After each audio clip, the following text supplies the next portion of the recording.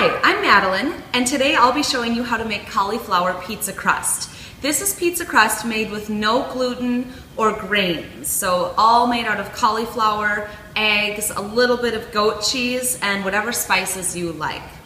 So to start, you'll need 1 head of cauliflower. I already have mine chopped up, and I'll be taking about half of this amount and putting it in the food processor. It doesn't work if you try and put the whole amount in at once because you'll find that there are large pieces of cauliflower left over. Then I'll just blend that up.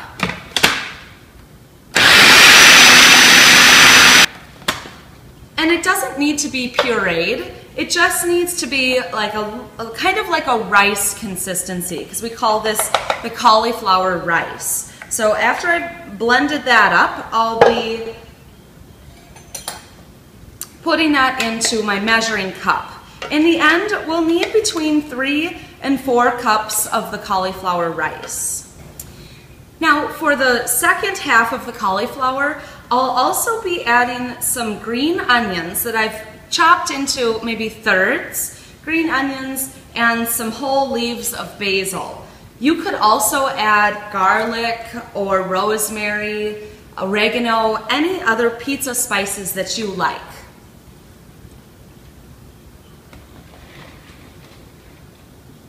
And you could just chop up your spices yourself or use dry spices from your spice cabinet, but this is just easier to put it right into the food processor so I don't have to chop up something else by hand.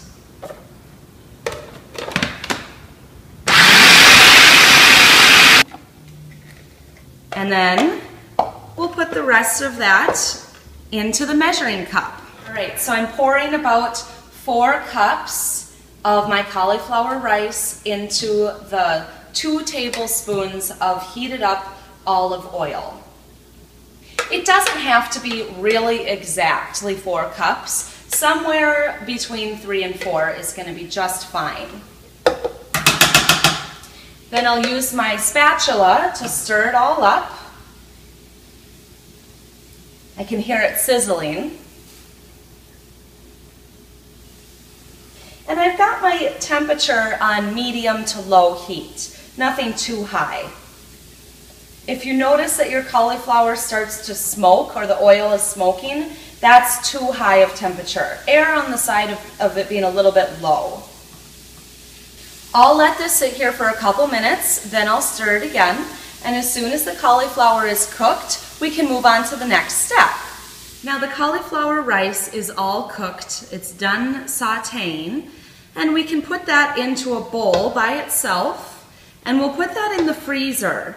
The point of putting it in the freezer is to cool it down because we'll be adding the eggs next, and you don't want it to immediately cook the eggs and end up a little bit like scrambled eggs or like how fried rice has eggs in it. That's something we want to avoid. While that's cooling down, I'll start by cracking the eggs. We just need 2 eggs today, and we'll whisk those up. And I'll sprinkle in just a dash of Himalayan salt and a 1/4 cup of mozzarella goat cheese. It's grated pretty finely, and then I haven't packed it into the 1/4 cup really stiffly. It's just gently sprinkled in there. So a light 1/4 cup of mozzarella goat cheese. You can really use any type of mozzarella cheese that you like. We often recommend goat cheese though because so many people are sensitive to dairy, and goat cheese seems to work better for most people's digestion. So we'll just stir that up together and wait for the cauliflower to cool down. All right, so our cauliflower rice is all cooled down, and we'll mix in the 2 eggs and the goat cheese. It's pretty easy to mix. You just stir it all together until it's all combined. And keep in mind that this will not look anything like typical pizza crust dough. Now that it's all mixed together, I'll go ahead and use my hands to pour this onto a parchment paper lined pizza pan. It's very important to use parchment paper. If you don't, your pizza crust will stick to the pan and you'll have to scrape it off, and then it will be ruined by the time you take it out of the oven. So I'm just using my hands to spread out the dough, and you can see on here that it really doesn't look anything like pizza dough where you have to knead or use a rolling pin. It's very different, a very different texture. And you can just make it as thin as possible so that it fills up your entire pizza pan. And then once it's all spread out, you can make a little crust just by using your fingers. Just pinch around the edge gently, and that will make a little ledge for your crust. Don't you think the crust is always the best part of the pizza? That's always my favorite part. Now the oven has already been preheated to 400 degrees, and when we put our pizza into the oven, we'll set the timer for 40 minutes. Now I'll just put my pizza into the oven and set the timer.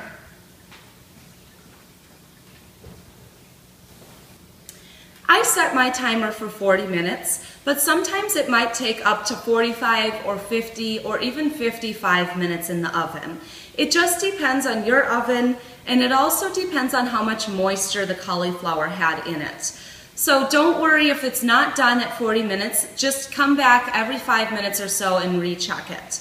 If you like your pizza to be a little bit crispy, leave it on broil for the last maybe 3 or 5 minutes. I think the pizza's done. It's time to take it out of the oven.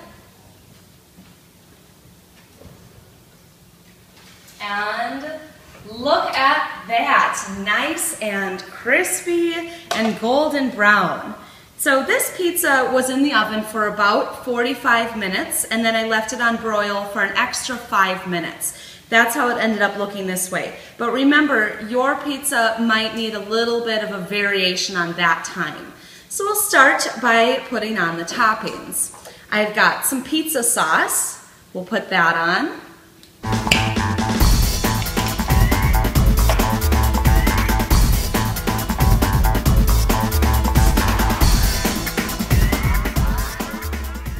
You can put any types of pizza toppings that you like to eat.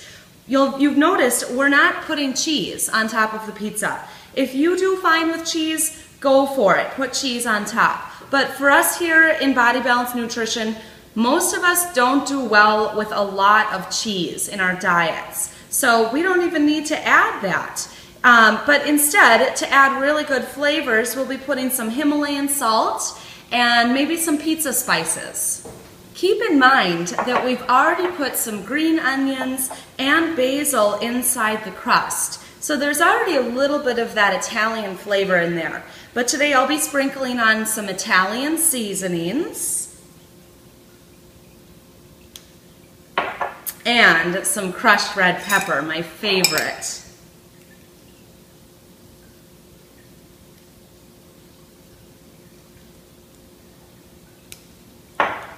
Himalayan salt. And then just drizzle some olive oil on top.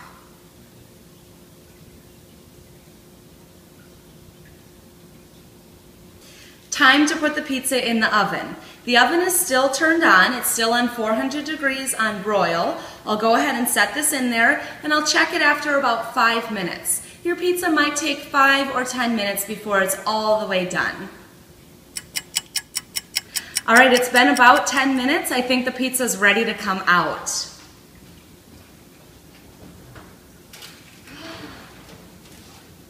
Oh my gosh, it looks so good. It's sizzling. Oh, and look at all those colors. I'll leave this sitting here for about 10 minutes, then it'll be ready to cut. I'm Madeline. Thank you so much for joining me today. Visit the blog at mybodybalancenutrition.com to see more videos just like this.